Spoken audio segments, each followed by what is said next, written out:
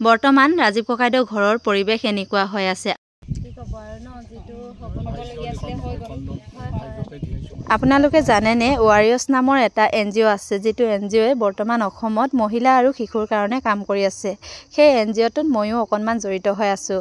বিশেষকৈ মই কাম কৰিব নাই পৰা যদিও আজি NGOৰ লোকসকল এওঁলোকৰ ঘৰলৈ আহিছিলে, বৌক এষাৰ মাত দিওঁ আৰু এখন শোকপত্ৰ দিওঁ বুলি। সেয়েহে মই তেওঁলোকৰ লগত আহিলোঁ, কাৰণ তেওঁলোকে ৰাজীৱ ককাইদেউ ঘৰটো দেখা নাছিলে। ময়ো ব্যস্ত আছিলোঁ, ব্যস্ততাৰ মাজতে অকণমান আহি পালোঁ আৰু এয়া দেখিছে এওঁলোকক লৈ আহিলোঁ। আৰু এফালে ৰাজীৱ ককাইদেউ যিহেতু সমাধিটো আছে, তাকে তেওঁলোকক অকণমান দেখুৱাই দিওঁ বুলি ভাবিলোঁ। আৰু এই পথাৰখনতে ৰাজীৱ ককাইদেউৰ আদ্য শ্ৰাদ্ধ পতা হৈছিলে। বৰ্তমান এয়া দেখিছে চব পানী পানী হৈ গ'ল। এয়া হ'ল ৰাজীৱ ককাইদেউ দেউতাক, আৰু কৈছে মানে 3জন ল'ৰা 1জনী ছোৱালী আছিলে, তাৰে ৰাজীৱ ককাইদেউ হেনো মাজু আছিলে। কিন্তু ৰাইজে ইমান মৰম চেনেহ দিছে, ৰাইজৰ মৰম চেনেহতে পুত্ৰৰ সুখ অকণমান হ'লেও কমিছে বুলি কৈছে। লাগিলে আৰু আপোনাৰো দীৰ্ঘায়ু কামনা কৰিছোঁ। এতিয়া আমিনো কি ক'ম ন, চব নিয়তিৰহে খেলা।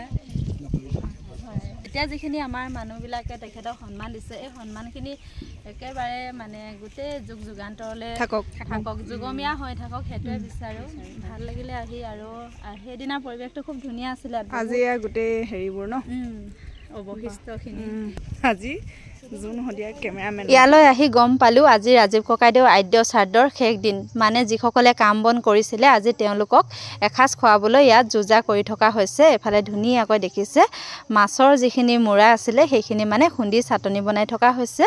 আৰু খুব ধুনীয়াকৈ সকলোৱে মিলিজুলি কামবিলাক কৰি আছে। এয়া দেখিছে ভাত ৰান্ধি আছে, চব্জি ৰান্ধি আছে, সকলোখিনি কৰি আছে। আমিও দেখিলোঁ পৰিৱেশটো ভালেই লাগিল, কাৰণ বৰ্তমানো ইয়াত যথেষ্ট লোক উপস্থিত আছে।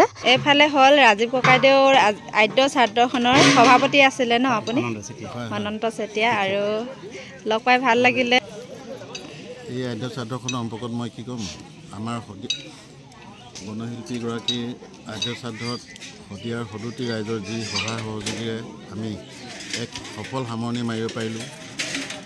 আৰু এই আদ্য শ্ৰাদ্ধত উপস্থিত হোৱা আমাৰ অসমৰ বিভিন্ন প্ৰান্তৰ পৰা অহা লোকসকলে যিদৰে তেওঁলোকৰ মনোকামনা আৰু সমবেদনা জ্ঞাপন কৰি আমাৰ গৃহস্থক যিদৰে সাহস দি গ'ল, আৰু তেওঁলোকক আমি যিদৰে শুশ্ৰূষা আগবঢ়ালে, আমাৰ শদিয়াৰ প্ৰতিখন যুৱক সংঘ, ব্যক্তি বিশেষ, নেতা দল আদি সকলোৱে যিদৰে পূৰ্ণ স্বতঃস্ফূৰ্ত সহায়েৰে আহি আমাৰ কামসমূহ সমাপন কৰিলে, তাৰ ফলত আমি এক ইতিহাস গঢ়িলোঁ বুলি ক'ব পাৰি।